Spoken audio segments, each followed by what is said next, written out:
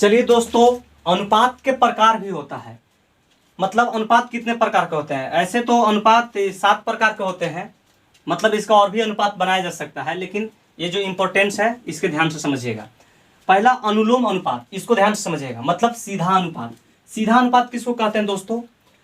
सीधा अनुपात कहते हैं दोस्तों कि अगर दो राशि है, मान लीजिए कि ए और बी दो राशि है, तो अगर पहला को बढ़ा रहे हैं तो दूसरा भी बढ़ रहा है, अगर पहला को घटा रहे हैं तो दूसरा भी घट रहा है, तो वो जो दोनों राशियों के बीच जो अनुपात है वो सीधा अनुपात है।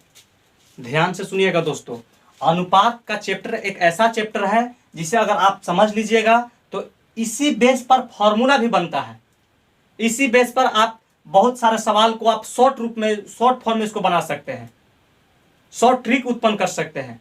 अनुपात और समानुपात बहुत महत्वपूर्ण चैप्टर है, तो ध्यान से देखिएगा। तो सीधा अनुपात क्या है?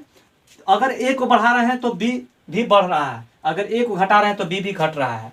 मतलब एक राशि को बढ़ाने पर दूसरा राशि बढ़ रहा है और एक राशि को घटाने पर अगर दूसरा राशि घटता है, तो इस तरह का जो अनुपात होता है, इस तरह का जो राशि होता है, इन राशियों के बीच सीधा अनुपात होता है। कैसे? जैसे अगर मैं एक चीज बता दूं कि अगर व्यक्ति चाल और दूरी, अगर किसी वस्तु का अगर चाल बढ़ता है तो चाल को अगर बढ़ाइएगा तो दूरी ज्यादा हो जाएगा, मतलब दूरी ज्यादा तय होगा। अगर चाल कम कर दीजिएगा तो दूरी कम तय होगा। जैसे अगर आप एक छोटा सा उदाहरण बताता हूं कि अगर एक व्यक्ति मान लीजिए कि इस बिंदु से इस बिंदु तक जा रहा है, एक व्यक्ति जो है मोटरसाइकिल से जा रहा है, एक व्यक्ति मोटरसाइकिल से जा रहा है, और एक जो व्यक्ति है मोटरसाइकिल से जा रहा है, भाई मोटरसाइकिल तो बनाने आ नहीं रहा है, लेकिन इसको समझ लीजिए मोटरसाइकिल है। एक व्यक्ति मोटरसाइकिल से जा रहा है और एक व्यक्ति पैदल जा रहा है, एक व्यक्ति पैदल जा रहा है। तो बताइए कि बराबर समय में कौन ज्यादा दूरी तय करेगा? जिससे कोई कह दे कि 5 मिनट में कौन ज्यादा दूरी तय करेगा? ये मोटरसाइकिल वाला कि जो पैदल जा रहा है वो व्यक्ति? तो स्पष्ट है कि ये मोटरसाइकिल वाला ज्यादा तय करेगा। क्यों? क्योंकि इसका चाल ज्यादा है, तो चाल ज्यादा है तो दूरी ज्यादा, अगर चाल कम तो दूरी कम। तो चाल और जो दूरी है ये सीधा अनुपात है। तो पहला अनुपात आप लोग समझ गए हैं, सीधा अनुपात क्या होता है। दूसरा प्रतिलोम अनुपात, मतलब उल्टा अनुपात। उल्टा अनुपात क्या है दोस्तों? कि अगर मान लीजिए कि दो राशि है ए और बी दो राशि है, तो पहला को बढ़ा रहे हैं तो दूसरा घटेगा। पहला जिस दर से बढ़ेगा दूसरा उसी दर से घटेगा। पहला अगर घटेगा तो दूसरा बढ़ेगा, पहला अगर बढ़ रहा है तो दूसरा घटेगा। मतलब एक राशि बढ़ता है और दूसरा राशि घटता है, अगर तो उस तरह का जो अनुपात होता है उल्टा अनुपात होता है। अगर एक राशि को बढ़ा रहे हैं तो दूसरा राशि घट रहा है, अगर पहला को घटा रहे हैं तो दूसरा बढ़ रहा है, मतलब एक दूसरे को उल्टा हो रहा है, तो उस तरह के राशि को उल्टा अनुपात कहते हैं। जैसे अगर किसी चीज का स्पीड ज्यादा हो, स्पीड और समय मतलब चाल और समय का जो राशि है, ये चाल और समय का जो अनुपात है यह उल्टा अनुपात है।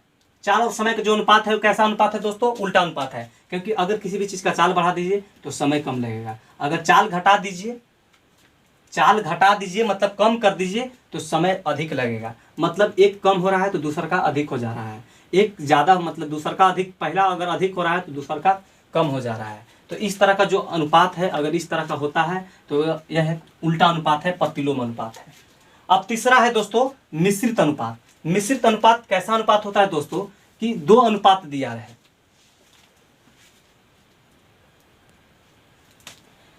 तीसरा जो है दोस्तों मिश्रित अनुपात है। मिश्रित अनुपात क्या है दोस्तों? कि अगर दो अनुपात दिया रहे, जैसे एक अनुपात है 2:3 और दूसरा अनुपात है 3:4, इस तरह का दो अनुपात दिया रहे।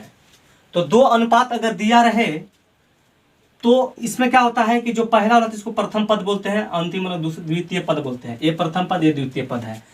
तो प्रत्येक अनुपात के प्रथम पदों के गुणनफल और प्रत्येक अनुपात के द्वितीय पदों के गुणनफल के बीच जो अनुपात होता है उसको मिश्रित अनुपात कहते हैं। जैसे ये इसका पहला ये 2 है, इसका पहला 3 है, तो 2 तिहाई के 6, और इसका द्वितीय 3 है और इसका द्वितीय 4 है, तो 3 चौके 12, तो इनके 6 दूना के 12, 1:2।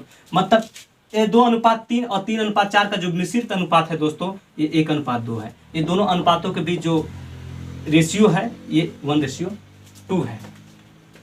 तो आप मिश्रित अनुपात समझ पा रहे होंगे दोस्तों। वर्गानुपात क्या है, ध्यान से देखिएगा।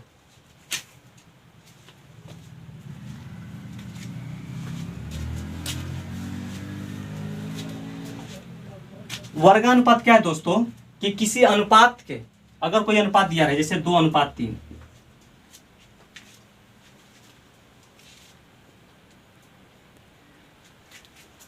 वर्गानुपात क्या है दोस्तों, जैसे अनुपात दिया 2:3 है, तो 2:3 का वर्गानुपात क्या है, तो किसी अनुपात के वर्ग करने पर जो अनुपात बनता है उसको वर्गानुपात कहते हैं। इसको स्क्वायर करके 2 दूना के 4, 3 के स्क्वायर 3 3 के 9, तो 2:3 का वर्गानुपात 4:9 है।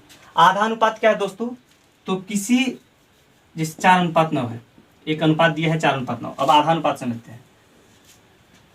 तो 4:9 का आधा अनुपात क्या होगा, तो किसी अनुपात का वर्गमूल निकालकर जो अनुपात बनता है उसे आधा अनुपात कहता है। जैसे इसका वर्गमूल 2, इसका वर्गमूल 3, तो 2:3 आएगा 4:9 के।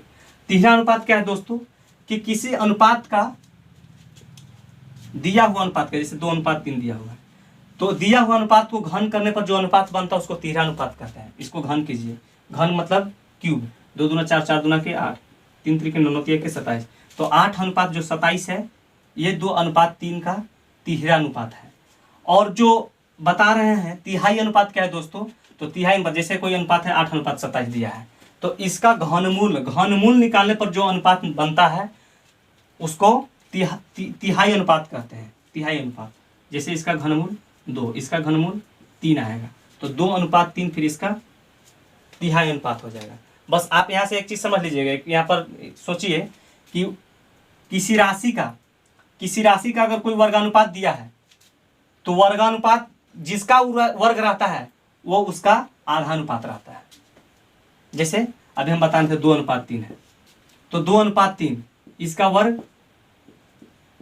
वर्गानुपात 4:9 है, तो इसका आधा अनुपात कौन हो जाएगा, 2:3 हो जाएगा। और फिर वहीं पता जाएगा, मतलब ये एक दोनों का एक दूसरे का मतलब उल्टा है। और तीसरा अनुपात और तिहाई अनुपात ये भी एक दूसरे को क्या है, उल्टा है। जैसे 2:3 अगर दिया है तो इन लोग का तीसरा अनुपात क्या होगा, तो 8:27। लेकिन अगर इसका कोई तिहाई अनुपात पूछ दे तो फिर घूम फिर के वहीं पर आ जाएगा 2:3।